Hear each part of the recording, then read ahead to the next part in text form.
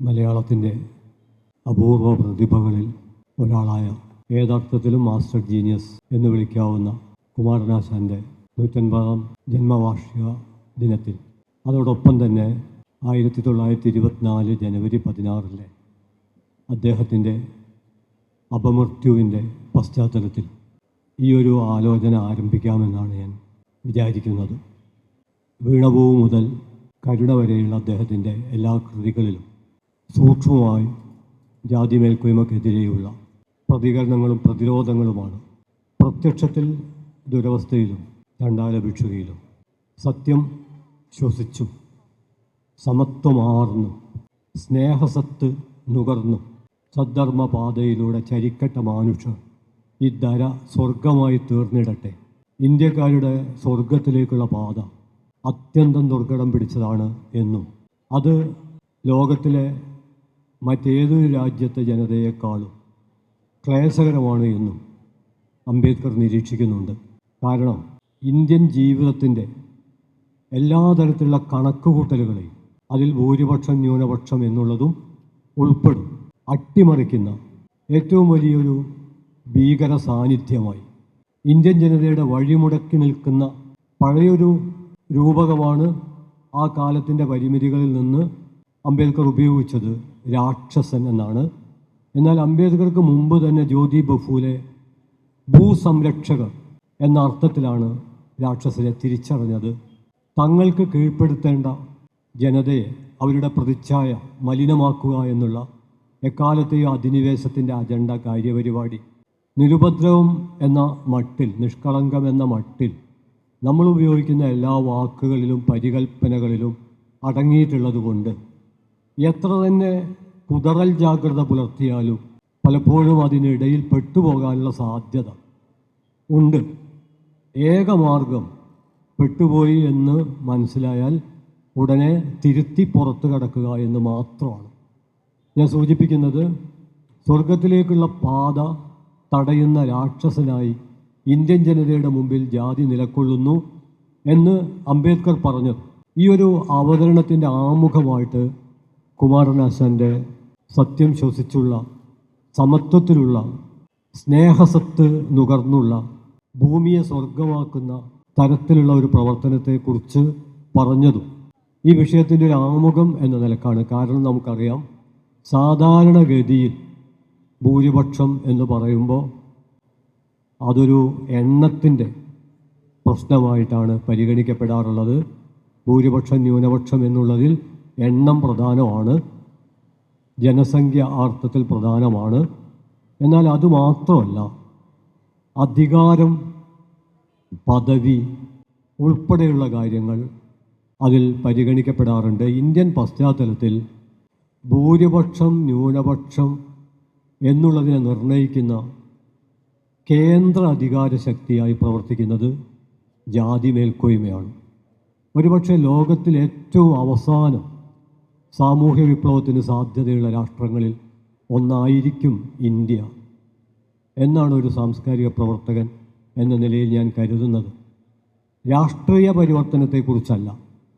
രാഷ്ട്രീയ പരിവർത്തനം പല രീതിയിൽ സംഭവിച്ചേക്കാം. എന്നാൽ ആ രാഷ്ട്രീയ പരിവർത്തനത്തെയൊക്കെ ഹൈജാക്ക് ചെയ്തുകൊണ്ട് ഇന്ത്യൻ പശ്ചാത്തലത്തിൽ ജാതി പ്രവർത്തിച്ചുകൊണ്ടിരിക്കുന്നുണ്ട്. കുറച്ചുകൂടി കൃത്യമായി പറഞ്ഞാൽ ജാതി ഭൂതകാലത്തിലെ ഒരവശിഷ്ടമല്ല, ആ അവശിഷ്ടത്തിൻ്റെ ഇടക്കിടക്കുള്ള കടന്നുവരവല്ല, മറിച്ച് നാം ജീവിക്കുന്നത് തന്നെ ഒരു ജാതി ആധുനികതയിലാണ്. കൊളോണിയൽ ആധുനികത എന്ന വാക്ക് നമുക്ക് സുപരിചിതമാണ്. പക്ഷേ കൊളോണിയൽ ആധുനികതയോടൊപ്പം നമുക്കറിയാം, ആ കൊളോണിയൽ ആധുനികത പോലും ഇന്ത്യയിൽ കടന്നു വന്നിട്ടുള്ളത്, നിലനിൽക്കുന്നത് ജാതിയുടെ അടിത്തറയിലാണ്. അതുകൊണ്ട് ജാതിയെ ഒരു വർത്തമാനകാല യാഥാർത്ഥ്യം എന്ന രീതിയിൽ തന്നെ നമ്മുടെ എല്ലാ വ്യവഹാരങ്ങളെയും നിയന്ത്രിക്കുകയും നിർണ്ണയിക്കുകയും ഒക്കെ ചെയ്യുന്ന കേന്ദ്ര അധികാര രൂപം, മാസ്റ്റർ നരേറ്റീവ് എന്ന നിലയിൽ ജാതി മേൽക്കോയ്മയെ കാണേണ്ടതുണ്ട്. ജാതി മേൽക്കോയ്മയാണ് പീഡിത ന്യൂനപക്ഷങ്ങളെ ഇന്ത്യയിൽ നിർമ്മിച്ചുകൊണ്ടിരിക്കുന്നത്. ജാതി മേൽക്കോയ്മയാണ് കൃത്രിമ ഭൂരിപക്ഷം ഇന്ത്യയിൽ നിർമ്മിച്ചുകൊണ്ടിരിക്കുന്നത്.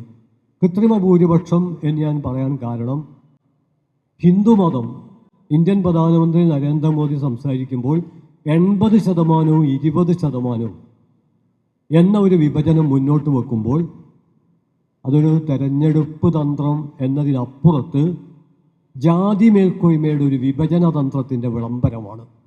എന്തുകൊണ്ടെന്നാൽ ഇന്ത്യയിൽ സത്യത്തിൽ കീഴാള സമൂഹങ്ങളാണ് ഭൂരിപക്ഷം. ഇന്ത്യൻ സവർണത സത്യത്തിൽ ന്യൂനപക്ഷമാണ്, എണ്ണമാണ് മാനദണ്ഡമെങ്കിൽ. എന്നാൽ സാധാരണ ഭൂരിപക്ഷ ന്യൂനപക്ഷ നിർണയത്തിൻ്റെ മാനദണ്ഡമായി പരിഗണിക്കുന്ന എണ്ണത്തെപ്പോലും മരവിപ്പിക്കാൻ, അപ്രസക്തമാക്കാൻ കഴിയുന്ന തരത്തിലുള്ള സാംസ്കാരിക മേൽക്കോയ്മ ഇന്ത്യൻ സവർണതയ്ക്ക് സ്ഥാപിച്ചെടുക്കാൻ കഴിഞ്ഞിട്ടുണ്ട്. അതായത് ഇന്ത്യൻ സവർണതയുടെ ജീവിത മാതൃകയിലേക്ക് മറ്റെല്ലാ സാമൂഹ്യ വിഭാഗങ്ങളുടെയും ജീവിതത്തെ വെട്ടിച്ചുരുക്കുന്നതിൻ്റെ ഭാഗമായി രൂപപ്പെടുത്തപ്പെട്ട മുഖ്യധാര എന്ന പരികൽപ്പന ഏറെക്കുറെ വിമർശനരഹിതമായി സ്വീകരിക്കപ്പെടുന്നതാണ് പൊതുവിൽ ഇന്ത്യൻ പശ്ചാത്തലത്തിൽ നാം കണ്ടുകൊണ്ടിരിക്കുന്നത്. അതായത് ഇന്ത്യയിലെ കീഴാള സമൂഹങ്ങളുടെ ഭാഷയെ സംബന്ധിച്ച്, അവരുടെ വസ്ത്രധാരണത്തെ സംബന്ധിച്ച്, അവരുടെ വിശ്വാസത്തെ സംബന്ധിച്ച്, അവരുടെ നിറത്തെ സംബന്ധിച്ച്, അവരുടെ അഭിരുചിയെ സംബന്ധിച്ചൊക്കെ അവരിൽ തന്നെ അപകർഷതാബോധം ഉളവാക്കുമാറുള്ള പ്രചണ്ഡമായ പ്രചാരണ യുദ്ധത്തിൻ്റെ ഒരു ഭീകരതയുടെ നടുവിലാണ് നിസ്സഹായരായി നമ്മൾ നിൽക്കുന്നത്.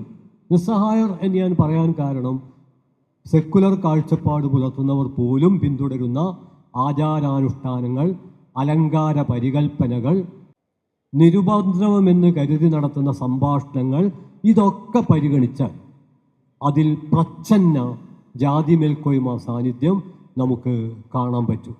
അതായത് നാം ജാതി കൊണ്ട് നടക്കുന്നില്ല എന്ന് തീരുമാനിച്ചാലും ജാതി നമ്മളെ കൊണ്ട് നടക്കുന്ന ഒരവസ്ഥ, നാം ജാതി വിടണമെന്ന് തീരുമാനിച്ചാലും ജാതി നമ്മെ വിടാത്ത ഒരവസ്ഥ. പേഴ്സിസ്റ്റൻസ് ഓഫ് കാസ്റ്റ് എന്ന് ആനന്ദ് തെൻഡുൽക്കർ തൻ്റെ ഒരു ചെറിയ പുസ്തകത്തിന്, ആ പുസ്തകവും പ്രസക്തമാണ് ഈ അന്വേഷണത്തിൽ. കാരണം ഇന്ത്യയെ നടുക്കിയ, ലോകത്തെ നടുക്കിയ ഏറ്റവും വലിയൊരു ഭീകരതയെക്കുറിച്ചാണ് ആ പുസ്തകം ചർച്ച ചെയ്യുന്നത്. കൈർലാൻജി മസാക്കർ, മഹാരാഷ്ട്രയിലെ ഒരു ഗ്രാമത്തിൽ നടന്ന ഏറ്റവും ഭീകരമായ ഒരു കൂട്ട ജാതിക്കൊലപാതകത്തെക്കുറിച്ചാണ് ആ പുസ്തകം ചർച്ച ചെയ്യുന്നത്. സുരേഖ് ബോധുമാങ്ക എന്ന പേര് നമുക്ക് അത്രമേൽ പരിചിതമല്ല. എന്നാൽ മലാല യൂസുഫ്സായി എന്ന പേര് നമുക്ക് വളരെ പരിചിതമാണ്.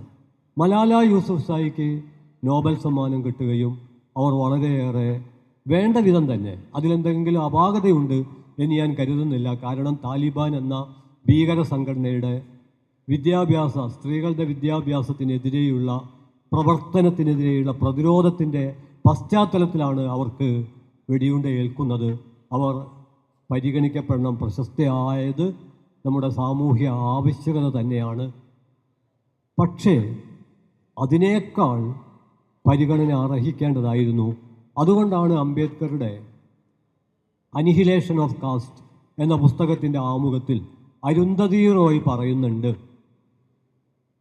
മലാല യൂസുഫ്സായിയെ അറിയുകയും എന്നാൽ സുരേഖ് ബോധുമാങ്കയെ അറിയാതിരിക്കുകയും ചെയ്യുകയാണെങ്കിൽ അനിവാര്യമായും അംബേദ്കർ വായിക്കണം എന്നവർ പറയുന്നുണ്ട്.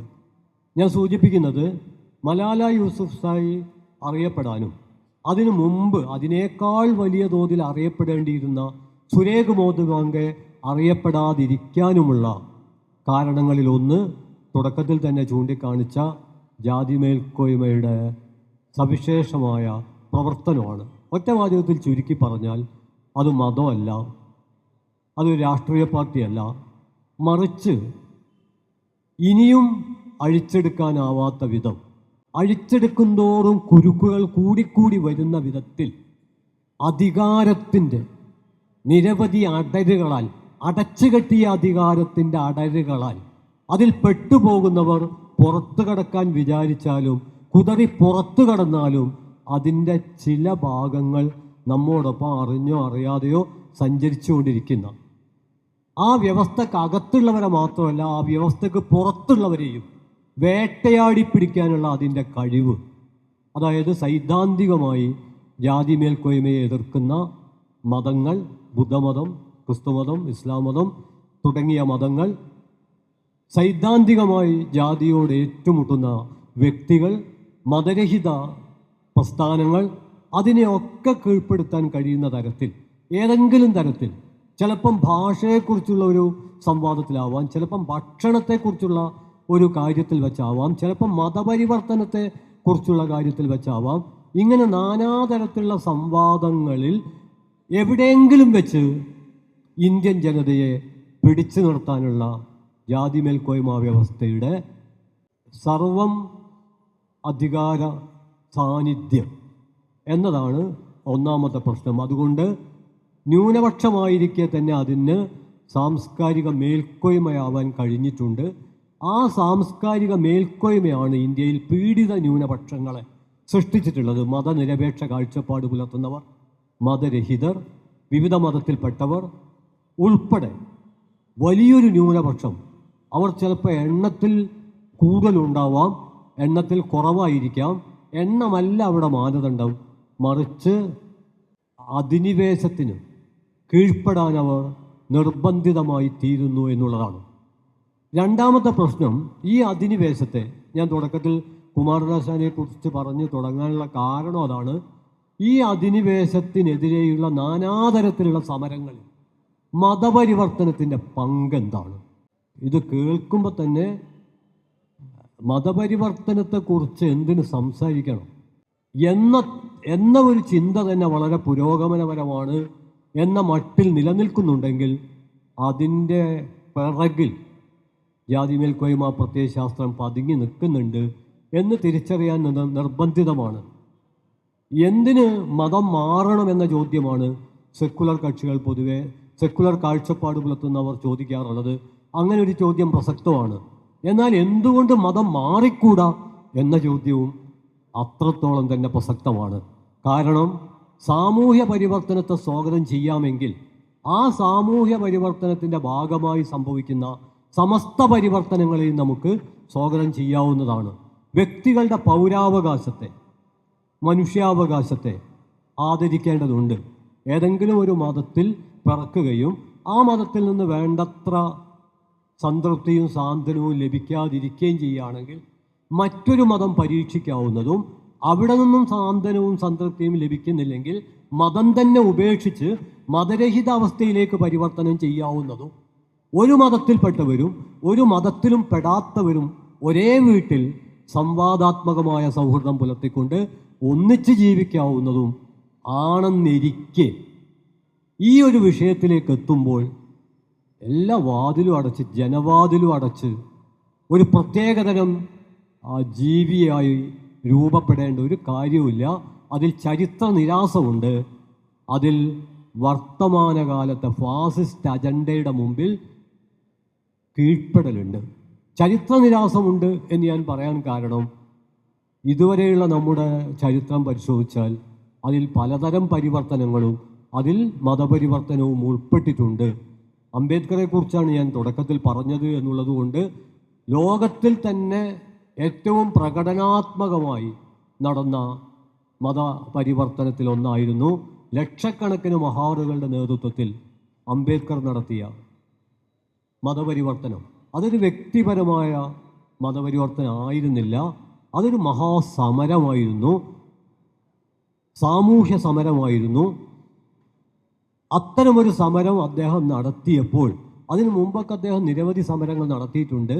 എന്നാൽ ആ സമരത്തിൻ്റെ മുമ്പിലാണ് ഇന്ത്യൻ സവർണത സ്തംഭിച്ചു പോയത്. പല ഇന്ത്യൻ നേതാക്കന്മാരും അദ്ദേഹത്തോട് വലിയ തരത്തിലുള്ള അപേക്ഷകൾ മുന്നോട്ട് വെക്കുന്നുണ്ട്, അരുത്. അപ്പോൾ അദ്ദേഹം ഒരല്പം സർക്കാസ്റ്റിക്കായിട്ട് പറയുന്നുണ്ട്, ഒരു ദളിതനെ ശങ്കരാചാര്യനായി അവരോധിക്കുകയും സവർണർ അവരുടെ മുമ്പിൽ മുട്ടുകുത്തുകയും ചെയ്യുകയാണെങ്കിൽ ഈ മതപരിവർത്തനം ഞാൻ ബഹിഷ്കരിക്കാം എന്ന് അദ്ദേഹം പറയുന്നുണ്ട്. അതിനു മുമ്പ് തന്നെ 1927 ഡിസംബർ 25 അദ്ദേഹം മനുസ്മൃതി കത്തിക്കുന്നുണ്ട്. നമ്മൾ മനുസ്മൃതി കത്തിക്കുന്നുണ്ട്, മനുസ്മൃതി ദഹനം എന്ന് ഒഴുക്കൻ മട്ടിൽ പറഞ്ഞു പോവുകയാണ് ചെയ്യുക.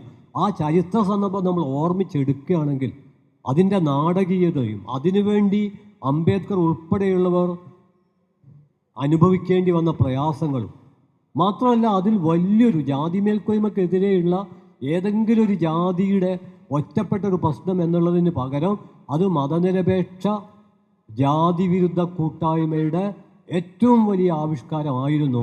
കാരണം സഹസ്രബുദ്ധ എന്ന ബ്രാഹ്മണ പണ്ഡിതനാണ് സത്യത്തിൽ മനുസ്മൃതി കത്തിക്കേണ്ടതിൻ്റെ അനിവാര്യതയെക്കുറിച്ചൊക്കെ അംബേദ്കറെ ബോധ്യപ്പെടുത്തുന്നത്. അങ്ങനെ പലരുടെയും പിന്തുണ, മഹാറുകളുടെ മാത്രം സ്വകാര്യ പ്രശ്നമല്ല അത്, ആത്മബോധമുള്ള മുഴുവൻ ഇന്ത്യക്കാരുടെയും പ്രശ്നമാണത് എന്നൊരു തിരിച്ചറിവ് അതിലുണ്ടായിരുന്നു. ഈ കാര്യമാണ് ഞാൻ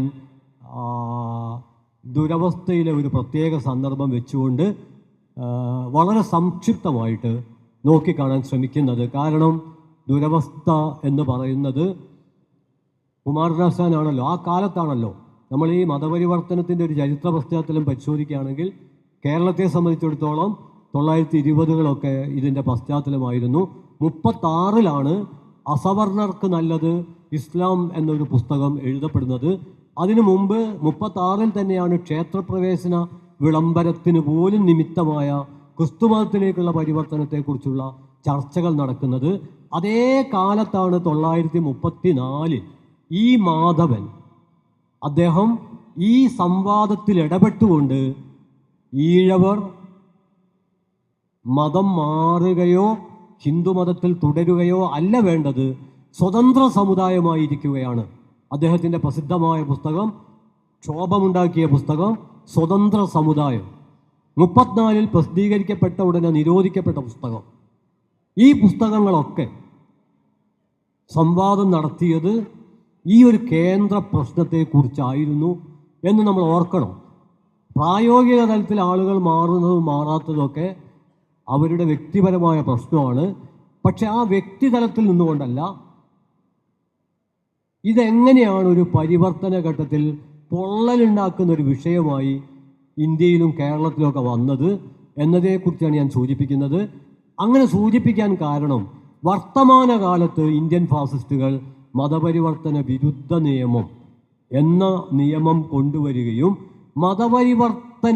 മതപരിവർത്തനവുമായി ബന്ധമില്ലാത്ത പലതിലേക്കും വലിച്ചു നീട്ടി 1917 കേരളത്തിൽ രൂപം കൊണ്ട മിശ്രവിവാഹം ഉൾപ്പെടെ അതിനെയൊക്കെ പ്രതിക്കൂട്ടിലാക്കുന്ന തരത്തിൽ ലവ് ജിഹാദ് പരികൽപ്പന വളർത്തിക്കൊണ്ടുവരികയും ഒരുപക്ഷെ പ്രത്യക്ഷത്തിൽ ബന്ധമില്ലെന്ന് തോന്നാം, എന്നാൽ ബന്ധമുണ്ട്, ഗോവധ നിരോധനം ഉൾപ്പെടെ. എന്തുകൊണ്ടെന്നാൽ ഇന്ത്യൻ ഫാസിസം അതിൻ്റെ സായുധ സന്നദ്ധ സംഘടനയായ RSS 1925 രൂപപ്പെട്ടതാണ് എന്നൊരു കാഴ്ചപ്പാടിൽ നിന്നാണ് പൊതുവെ നമ്മുടെ ഔപചാരിക അന്വേഷണങ്ങൾ ആരംഭിക്കാറുള്ളത്. പക്ഷേ നമുക്കറിയാം അത് 1925 ഔപചാരികമായി രൂപം കൊണ്ടു എന്നുള്ളത് പരമാർത്ഥമായിരിക്കെ അതിൻ്റെ വേരുകൾ ആഴ്ന്നു കിടക്കുന്നത് ഈ അവതരണത്തിൻ്റെ തുടക്കത്തിൽ കൃത്യമായും ചൂണ്ടിക്കാണിച്ച ജാതി മേൽക്കോയ്മയിൽ തന്നെയാണ്. എന്നാൽ ആയിരക്കണക്കിന് വർഷങ്ങൾക്ക് മുമ്പ് ജാതി മേൽക്കോയ്മ സ്വയം ഭരണകൂടമായി ചാതുർവർണ്ണത്തെ സംബന്ധിച്ചിടത്തോളം ഒരു ശിക്ഷാക്രമമില്ലാതെ അതിന് നിലനിൽപ്പില്ല. അത് ശ്രീരാമൻ്റെയും ശംഭൂകൻ്റെയും സ്വകാര്യ പ്രശ്നമല്ല, മറിച്ച് അതിൻ്റെ പൊതു തത്വമാണ്. അതുകൊണ്ട് അതൊരു ഭരണകൂടമായിട്ടാണ് മർദ്ദന സംവിധാനത്തോടു കൂടിയ സ്വയം മർദ്ദനമായിരിക്കെ തന്നെ സവിശേഷ ഘട്ടത്തിൽ പ്രത്യേകം മർദ്ദന സ്ഥാപനമാകാൻ കഴിയുന്ന വിധത്തിൽ ആണ് അത് രൂപപ്പെട്ടു വന്നിട്ടുള്ളത്. ആ കാലം മുതൽ അത് നടത്തുന്ന ഭീകരത എന്ന വാക്കാണ് ഞാൻ ഉപയോഗിക്കുന്നത്, അത് നടത്തിയിട്ടുണ്ട്. ആ ഒരു പശ്ചാത്തലത്തിൽ അതിനെതിരെ വന്നിട്ടുള്ള പലതരം പ്രതികരണങ്ങളെ അത് പല രീതിയിൽ ചെതറിച്ച് കളഞ്ഞിട്ടുണ്ട്. കാരണം ഇന്ന് ബുദ്ധമതം എടുത്താൽ ബുദ്ധനാണ്, കീഴാള തത്വചിന്തകനായ മഹാത്മാ ബുദ്ധനാണ് സത്യത്തിൽ ഇതിനെ ചോദ്യം ചെയ്ത ഇന്ത്യൻ ചിന്തകരിൽ വളരെ പ്രമുഖൻ. പിന്നീട് പലരും വന്നിട്ടുണ്ട്, പക്ഷെ അതൊക്കെ ചിതറിപ്പോയി. ബുദ്ധമതത്തിലും ഇസ്ലാം മതത്തിലും ക്രിസ്തു മതത്തിലും മതരഹിത കാഴ്ചപ്പാട് പുലർത്തുന്നവരിലും എല്ലാം ഏതെങ്കിലും ഒരു സ്ഥലത്ത് കയറിപ്പറ്റാൻ അതുകൊണ്ട് ഞാൻ ചൂണ്ടിക്കാണിക്കുന്നത് ആദ്യം ചെയ്ത ജാതി മേൽക്കോയ്മ സ്വയം അതിൻ്റെ അജണ്ടകൾ നടപ്പിലാക്കുന്ന വിധത്തിൽ പ്രവർത്തിച്ച ദീർഘമായ ഒരു പശ്ചാത്തലം, അത് കഴിഞ്ഞാണ് ഒരു ഘടനാപരമായ മാറ്റത്തിൻ്റെ പശ്ചാത്തലത്തിൽ നമുക്കറിയാവുന്ന 1882 ഗോരക്ഷാണി സഭ രൂപം കൊള്ളുന്നത്. അത് അതിനു മുമ്പുള്ള പശുവല്ല, അതൊരു രാഷ്ട്രീയ പശുവാണ്. അതാണ് ഇന്ന് ജാതി മേൽക്കോയ്മയുടെ ഏറ്റവും പ്രധാനപ്പെട്ട ഒരു രാഷ്ട്രീയ അടയാളമായിട്ട് പ്രവർത്തിക്കുന്നത്. കൂട്ടത്തിൽ ചൂണ്ടിക്കാണിക്കട്ടെ, അംബേദ്കർക്കും ചണ്ടാല ഭിക്ഷുക എഴുതാൻ കുമാരനാശാനും എല്ലാം പ്രചോദനമായ ലക്ഷ്മി നരസു എന്ന ജാതിവിരുദ്ധ ചിന്തകൻ, അദ്ദേഹം കൃത്യം സൂചിപ്പിക്കുന്നുണ്ട്, ഏറ്റവും കൂടുതൽ മതപരിവർത്തനം നടത്തുന്നത് ജാതി മേൽക്കോയ്മയാണ്. ജാതി മേൽക്കോയ്മയുടെ നേതൃത്വത്തിലാണ് പെട്ടെന്ന് തിരിച്ചറിയാത്ത വിധം പ്രച്ഛന്നമായ മതപരിവർത്തനം നടന്നുകൊണ്ടിരിക്കുന്നത്. അതായത് ജാതി മേൽക്കോയ്മയുടെ ഏറ്റവും പ്രധാനപ്പെട്ട പവിത്രീകരണ ശക്തിയുള്ള സാന്നിധ്യമാണ് പശു. അതിൽ നിന്ന് വ്യത്യസ്തമായിട്ടാണ് ഇവിടുത്തെ ദളിതർ ഉൾപ്പെടെ 1911 സെൻസസിലാണെന്ന് തോന്നുന്നു ആൽബർട്ട് ഗേറ്റ് ദളിതരെ ബ്രാഹ്മണിക് ഹിന്ദുവിസത്തിൽ നിന്ന് വേർതിരിക്കുന്നതിൻ്റെ ഭാഗമായി നടത്തിയ തരംതിരിക്കലിൽ പശുവിനെ ആരാധിക്കാത്തവർ, അതിനെ ഭക്ഷിക്കുന്നവർ, അതുപോലെ തന്നെ മൃതദേഹം കത്തിക്കാതെ കുഴിച്ചിടുന്നവർ എന്നിപ്രകാരം അവരെ പ്രത്യേകം വേർതിരിച്ചടയാളപ്പെടുത്തുന്നുണ്ട്. എന്നാൽ നാം പിന്നീട് കാണുന്നത് അവരെ മുഴുവൻ പിടിച്ചെടുക്കുന്ന തരത്തിലേക്ക് ഹെജിമോണിക് അപ്രോപ്രിയേഷൻ, അതൊരു അപ്രോപ്രിയേഷൻ ആണെന്ന് പോലും തിരിച്ചറിയാത്ത വിധം, അതായത് ജനകീയ ഹിന്ദുമതം ഭക്തി പ്രസ്ഥാനത്തിലൂടെയും നവോത്ഥാന പ്രസ്ഥാനത്തിലൂടെയും ഒക്കെ ജനകീയമായി തീർന്ന ഹിന്ദുമതത്തെ ബ്രാഹ്മണിക് പ്രത്യയശാസ്ത്രം പിടിച്ചെടുക്കുന്ന ഒരു അന്തരീക്ഷം രൂപപ്പെട്ടു വന്നു എന്ന് കൃത്യമായിട്ട് കാണാൻ പറ്റും. അതുകൊണ്ട് ലക്ഷ്മി നരസു പറയുന്ന ഏറ്റവും പ്രധാനപ്പെട്ടത് അതിലൊന്ന് പശുവാണ്. അത് 1882 അതിനു മുമ്പുള്ളതല്ല, 1882 രൂപപ്പെട്ടതാണ്. അതോടൊപ്പം ഇന്ന് പറയുമ്പോൾ വളരെ പ്രധാനപ്പെട്ട ഒരു കാര്യം കൂടി ഓർമ്മിക്കണം. 1884 ഇന്ത്യൻ നാഷണൽ കോൺഗ്രസ് രൂപപ്പെടുന്നതിനും ഒരു കൊല്ലം മുമ്പ് രാമസഭ രൂപപ്പെടുന്നുണ്ട്. അത് കോടിക്കോടി മനുഷ്യരുടെ മനസ്സിലെ ശ്രീരാമദേവനല്ല, രാമരാമ പാഹിമാം പരമാനന്ദം എന്നതേ പറയാവൂ എന്നൊക്കെ ഉള്ളിൻ്റെ ഉള്ളിൽ തുളസീദാസർ മുതൽ കമ്പർ മുതൽ ഒക്കെ എത്രയെത്രയോ പേർ അവരൊക്കെ പറഞ്ഞിരുന്ന ആ രാമഭക്തിയല്ല, മറിച്ചൊരു രാഷ്ട്രീയ രാമൻ രൂപപ്പെട്ടു വരുന്നതിൻ്റെ ഒരു അന്തരീക്ഷം 1884 ഞാൻ ആവർത്തിക്കുന്നു, ഇന്ത്യൻ നാഷണൽ കോൺഗ്രസ് രൂപപ്പെടുന്നതിന് മുമ്പ് തന്നെ ഉണ്ടായിത്തീരുന്നുണ്ട്. പിന്നീടാണ് 1887 ഭാരത് ധർമ്മമണ്ഡൽ എന്ന സംഘടന. ഈ 3 സംഘടന, ആ സംഘടനയിൽ നിന്നാണ് പിന്നീട് ഊർജ്ജം ഉൾക്കൊണ്ടുകൊണ്ട് 1915 ശേഷം ഹിന്ദു മഹാസഭ രൂപം കൊള്ളുന്നത്. ഈ സംഘടനകൾ അപര്യാപ്തമായി തീർന്ന പശ്ചാത്തലത്തിലാണ്. അതിന് ചരിത്രപരമായ കാരണമുണ്ട്. ഒന്ന്, സാമ്രാജ്യത്വ വിരുദ്ധ സമരം തന്നെയാണ്. 2, 1917 ഒക്ടോബർ വിപ്ലവത്തിൻ്റെ പശ്ചാത്തലത്തിൽ മനുഷ്യർ ജാതി മതം എന്ന വിഭജനത്തിൽ നിന്ന് വ്യത്യസ്തമായിട്ട് വിവിധ മതത്തിലും ജാതിയിലും പെട്ടവർ ജാതി മതങ്ങൾക്ക് അതീതമായി കർഷകർ, തൊഴിലാളികൾ എന്ന വർഗയാഥാർത്ഥ്യത്തിലേക്ക് വിമോചിതമാകുന്ന തരത്തിലുള്ള വളർച്ച, അതിൻ്റെ കൂടി ഭാഗമായിട്ട് 1920 അഖിലേന്ത്യാ തൊഴിലാളി സംഘടനകൾ AITUC ഇങ്ങനെ ഇതേ കാലത്ത് തന്നെ സമുദായ മൈത്രിയെ ശക്തിപ്പെടുത്തുന്ന, ഇന്ത്യൻ രാഷ്ട്രീയത്തെ ആഗോള രാഷ്ട്രീയവുമായി കണ്ണുചേർക്കുന്ന തിലകൻ യുഗത്തിൻ്റെ അന്ത്യത്തോടെ 1915 മുതൽ 1948 വരെയുള്ള കാലയളവിലെ മഹാത്മാഗാന്ധിയുടെ രാഷ്ട്രീയം അതുകൂടി ഇതിൽ ചേർത്ത് പറയണം. കാരണം ഗാന്ധിയോട് ലൂയി ഫിഷർ ചോദിക്കുന്നുണ്ട്, അങ്ങയുടെ സ്വാതന്ത്ര്യ സങ്കല്പത്തിൻ്റെ ഉള്ളടക്കം എന്താണ്? ഗാന്ധി പറഞ്ഞു 3 കാര്യങ്ങൾ. 1, അയിത്ത നിർമ്മാർജ്ജനം. 2, സമുദായ മൈത്രി.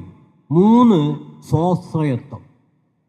2024 ന്യൂനപക്ഷം ഭൂരിപക്ഷം എന്ന സംവാദത്തിൽ ന്യൂക്ലിയസ് ആകേണ്ട ആശയങ്ങളാണിത് എന്ന് ഞാൻ വിചാരിക്കുന്നു. കാരണം സ്വാശ്രയത്വം എന്ന് പറയുമ്പോൾ അത് കോർപ്പറേറ്റ് വൽക്കരണത്തിനും മൂലധന മേൽക്കോയ്മക്കും എതിരായ ഒരാശയമാണെങ്കിൽ നമുക്കറിയാം ലോകത്തിൽ മൂലധന ശക്തികൾ ന്യൂനപക്ഷമാണ്. അവരുടെ പീഡനത്തിന് ഇരയാവുന്നവരാണ് ഭൂരിപക്ഷം. അത് എണ്ണത്തിൻ്റെ കാര്യത്തിൽ. എന്നാൽ മേൽക്കോയ്മയുടെ കാര്യത്തിൽ, നിയന്ത്രണത്തിൻ്റെ കാര്യത്തിൽ മൂലധന ശക്തികൾക്കാണ്. അതുകൊണ്ട് അവർ എണ്ണത്തിൽ, സാധാരണ തൊഴിലാളി സമരങ്ങളിലൊക്കെ ഉയരുന്നൊരു മുദ്രാവാക്യം we are many you are few. ഇത് പലതവണ നാം കേട്ടിട്ടുണ്ട്. നിങ്ങൾ വിരലിലെണ്ണാവുന്നവരാണ് ചൂഷകർ, കുത്തക, പക്ഷേ ഞങ്ങളാണ് വളരെ കൂടുതൽ.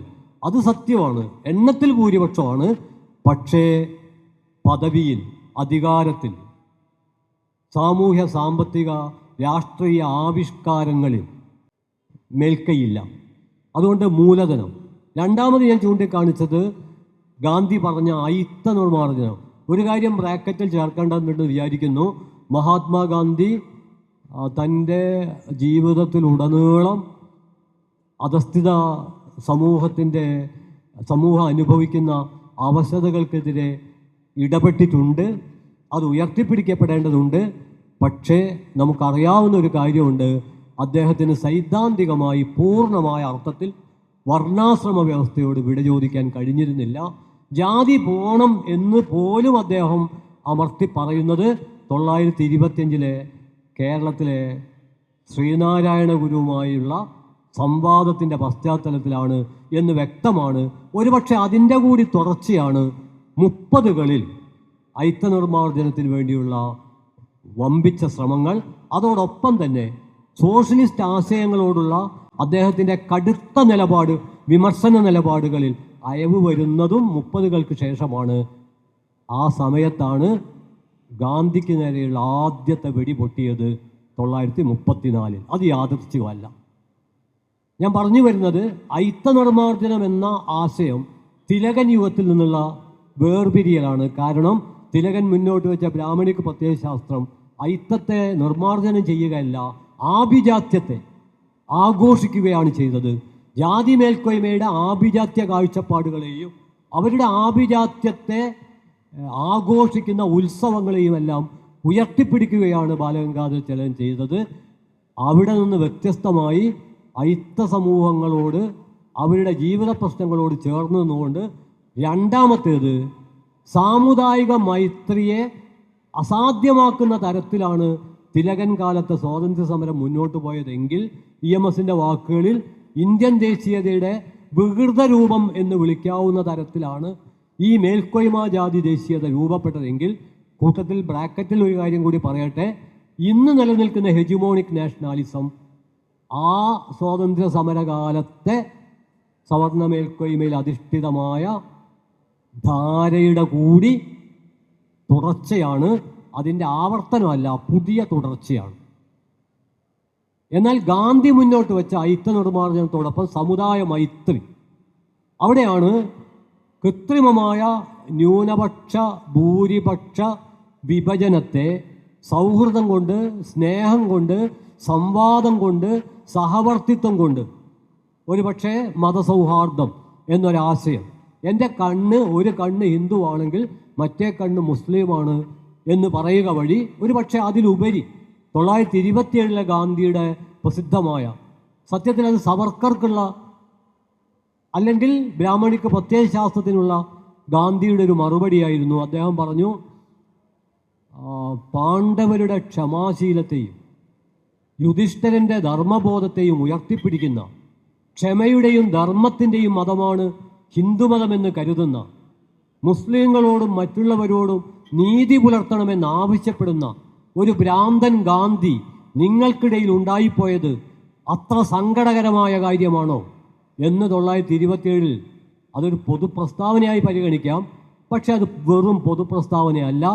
അത് സവർക്കർ മുന്നോട്ട് വച്ച, ഒരുപക്ഷെ ബ്രാഹ്മണിക് പ്രത്യയശാസ്ത്രത്തിൻ്റെ തിലകന് ശേഷം മഹാത്മാഗാന്ധിയുടെ ഇടപെടലിലൂടെ പിറകോട്ട് പോവേണ്ടി വന്ന, രാഷ്ട്രീയ രംഗത്തുനിന്ന് പിറകോട്ട് പോകേണ്ടി വന്ന കാഴ്ചപ്പാട് രാഷ്ട്രീയ രംഗത്ത് തന്നെ മുന്നോട്ട് വരുന്നത് സവർക്കറുടെ ഹിന്ദുത്വത്തെക്കുറിച്ചുള്ള നിലപാടോടുകൂടിയാണ്.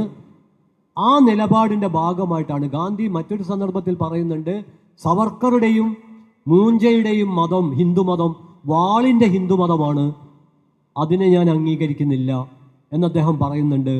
അതുപോലെ ഗാന്ധിയോട് ചോദിക്കുന്നുണ്ട്, ഒരടി ഉണ്ടാക്കാൻ വേണ്ടി രാമനെ അവതരിപ്പിക്കുന്ന ഒരു പതിവ്, അതേക്കുറിച്ച് അദ്ദേഹം പറഞ്ഞത് അത് മതത്തിനും ധാർമ്മികതക്കുമെതിരാണ്. ഇതൊക്കെ ഇന്ന് ഓർമ്മിച്ചെടുക്കേണ്ട ആവശ്യമുണ്ട്.